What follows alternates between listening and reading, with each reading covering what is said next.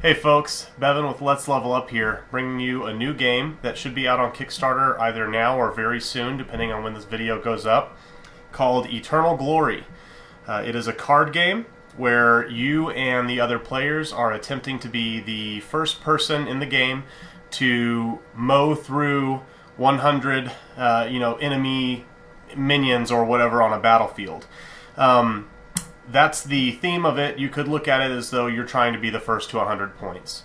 But I like to imagine it's kind of a Dynasty Warrior situation where you're each of you is this big general or heroic character, and there's this army of minions out there on the battlefield, and you're just mowing through them, trying to be the person to slay the most before your opponents can. And then the way that you do that is using some of these cards. You'll notice this is, a pretty good portion of the deck right here. And these are attack cards. They have a kind of a beige or a tan background, and there's a couple different varieties of them. This one is called Furious Assault. It allows you to defeat 10 enemies. Your goal is to be the first to 100, so that's a pretty good amount. Or it allows you to remove a boss from in front of you, and we'll discuss that in a second. Here's another one called Swift Maneuver. It actually doesn't let you defeat any enemies or gain any score, but instead it lets you discard from hand, discard this card from your hand to cancel any card play in any player's turn. So off of your turn, you get to cancel someone else's action. On some of the cards, you'll see something that says, like this says defeat 2 or axe 5. And again, we'll discuss that in just a moment. And this has its own effect. It lets you discard up to 2 cards from your hand. At any given time, you'll have 5 cards in your hand. So if you don't like what you have, then you can use a couple of different effects that allow you to discard down some number of cards and then draw up back to 5 at the end of your turn, so that you can get rid of any kind of lame cards that you have in your hand that aren't really helping your current strategy or helping you get out of a situation that you're in. So that's the meat of the game, is basically you play these cards in order to defeat a specific number of enemies, or you can play them for their secondary effects or something like that, in order to either get past an obstacle that one of your opponents has put in your way, or just in order to improve your hand or what have you. There are 3 other types of cards in the deck. There are these gray cards, of which there are 3. These are called Mortal Blow cards. They do 2 things. First of all, they break any axes, which we'll get to next. These are these green cards. They break any axe that's in front of the opponent that you play this card on, and then after that, they actually kill your opponent. That opponent is not out of the game. What happens is they must use another card in the deck in order to come back to life, and until they do that, they may not play any attack cards, which again are the meat of the game, the beige or tan-backed cards. And they also may not play any axe cards, which are these green-backed cards. So the only things that they could do would be to play a Mortal Blow card on an enemy, or play our last type of card on an enemy, a boss. So the only way to get out of a Mortal Blow, if you have been slain, is to play a Warp Spasm card. And that is just one of these combat type cards. And on it says Warp Spasm, or it says Axe 10, or remove a Mortal Blow in front of you. So you can use this card in order to kill 10 enemies. If you have an axe played in front of you, it allows you to use that axe keyword instead of the defeat keyword on some cards that have a choice. You can only defeat unless you have an axe, in which case you can use the axe value and the axe sub-actions or secondary actions. But this card allows you to axe 10 enemies and get you 10 closer to your goal of killing 100, or it lets you remove a Mortal Blow and effectively kind of come back to life, resurrect yourself and go back to the fight. So that's how you handle a Mortal Blow card, is with one of these Warp Spasm cards. The axe cards are really neat. There are a couple in here, like this one, that are just trusty axes. All it is just it gives you the benefit of having an axe in front of you that allows you to use the axe number on some of these cards. The Warp Spasm that I showed you a moment ago only has an axe value, but here's an example of one that has both a defeat 5 or axe 2 value, so you could pick one or the other. And then on this one, for instance, if you choose axe, you may break one axe in play. So this one, the axe value, actually, you would defeat fewer enemies, but you would get to remove someone else's axe that they have played in front of them, which is a pretty good benefit. The reason that that's beneficial is, sure, this axe just lets you use the axe ability on some of the cards, but some of the axes actually have pretty neat passive abilities that change the way that you act while you have them in front of you. In this one, bosses of power 3 and under cannot be played on you. So unless one of your opponents has one of the more powerful boss cards in hand, they can't affect you with bosses as long as you have the Kingslayer axe in play. This one, the Frost and Flame axe, makes the defeat and axe actions both slay an additional 2 minions, so it would give you 2 additional score towards your goal of 100 score. You also have the Lifebringer axe.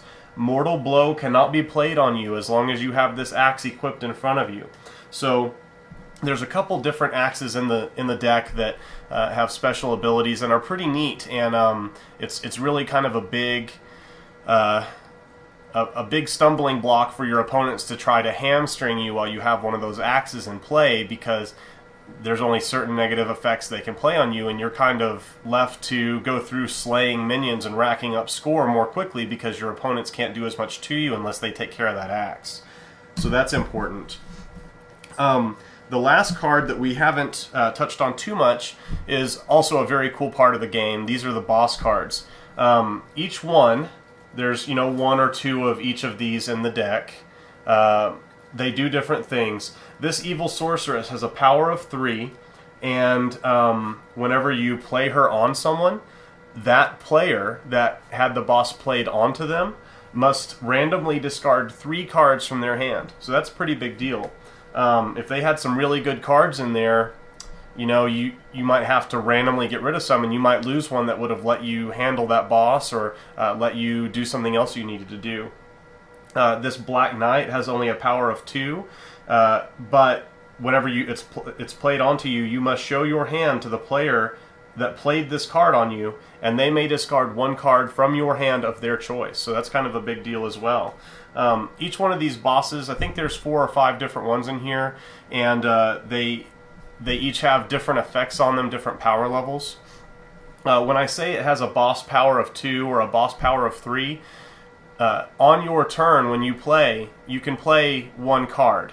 If you have a boss in front of you, you have to play 1 card down onto that boss. You don't get any of that card's effects, and that card goes towards meeting the boss's power. So if this boss has a power of 2, you'd have to, on your turn, play 1 card onto the boss, and that's your turn. It goes on around back until it gets to you, and you play another card. And once you've played 2 total cards onto this boss, the boss is discarded, back into the discard pile, and he's out of your way.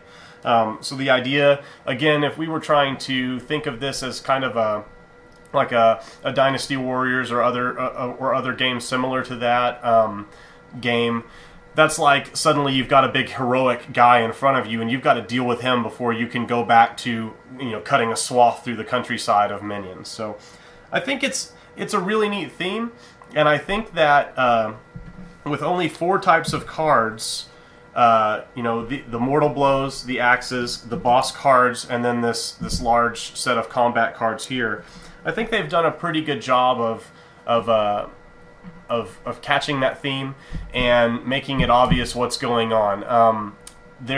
There's only kind of a small deck here. It looks like about the size of a normal playing card, a poker deck, but there's a lot in that deck. There's a lot that's going on. There's a lot of strategy involved. In a 2-player game, I have played a 2-player game, a 3-player game, and a 4-player game with this. It's 2 to 4 players. In a 2-player game, there's a little bit of a it takes some of the strategy away. Certainly you choose on your turn which card you're going to play, whether it's going to be a card that's beneficial to you, try to rack up score, equip an axe, or whether you're going to try to hamstring one of your opponents by either playing a mortal blow or a boss card onto them.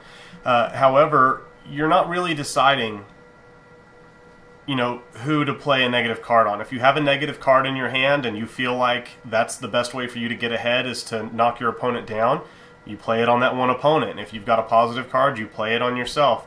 There's not a lot of decision making. It's just deciding which card to play. There's not a lot of strategy going into, who should I watch out for, because there's just the two of you. But certainly in a 3 or 4 player game, there's an entirely new level of strategy applied to the game where suddenly you've got to kind of pay attention to who's in the lead, who is going to be the biggest threat to you being the first one to 100 enemies slain, who is going to be the person that you need to knock out right now where you can maybe get ahead or keep them from catching you and overtaking your lead.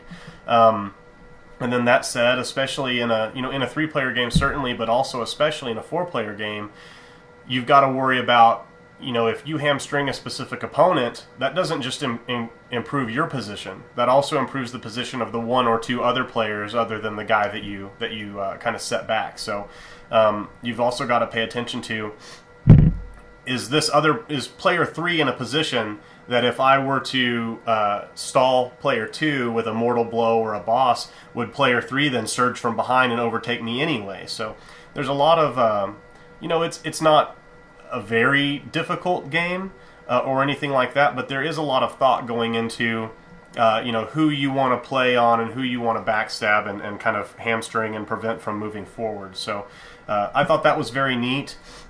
The people I played the 4-player game with thought this would be, a real kind of a quick game or a shallow game, and it's not. There's a lot of thought and a lot of kind of back and forth that goes on where somebody would put down a nice axe or something like that, and we know they've got some good cards in their hand, or they're really far ahead, and then the next player plays a mortal blow on them, and then the player after that plays a boss monster onto them, and so now they've got to somehow both come back to life and play cards onto that boss monster, and that person's going to be struggling with that for at least 2 or 3 turns. We had some great swift maneuver plays while we were playtesting this, where one person would set down a boss monster, and then the person that they put it on would say, no, swift maneuver, I cancel that. And then the third player really wanted to see that boss monster get on you, and so they'd say, I swift maneuver, your swift maneuver. And so, your swift maneuver, your cancellation there is canceled itself, and the boss monster gets on you anyway. So there's also a measure of trying to remember how many of those cards have been played so far. If you take a look at this card right here, there's a 4 on it. Each one of the cards in this deck tells you how many there are in the deck. So we would say, we know that there's 2 swift maneuvers sitting in the discard pile, and so if somebody plays one and I've still got one in my hand and I want to cancel that swift maneuver, I know that my swift maneuver can't be outdone because there's not any more that could be sitting in someone's hand. So there's a measure of kind of memory to it, remembering what's been played, remembering trying to figure out what your opponent has in their hands, things like that. And I thought it was a fairly deep game, especially for just being those cards. I thought that there was a lot of tactical and a lot of strategy that went into informing my play, and I had a really good time with it. The other 2 or 3 guys that I played with in the larger games, they also, I got the feeling that they thought it would be kind of a small game, and they were pleasantly surprised by the end of it that there was as much strategy that went into it, and as many of those big awesome gaming moments at the table where somebody sets a card down and everybody at the table kind of rocks back and, oh man, I can't believe that just happened, that was crazy. And I think at one point there was a specific play in our 3-player game, where we had 3 or all 4 of these swift maneuver cards, and it was, you know, people just playing them on top of one another until we ran out, and we were like, okay, so what happened? You know, we're trying to keep up and figure out what the ultimate play was and what happened and who was going to get sacked by that play and everything. So, you know, it was really fun. It was a really good game, and I like that. I like games that there's not a ton of pieces to them, but they manage to have, you know, a fair measure of depth to them still, without having a lot of bloat in the package. So I would recommend this game for sure. I'm real happy to have played it, and I still like to get it out anytime somebody wants a real quick game. So I would definitely recommend backing this game if you have a few bucks to throw at it.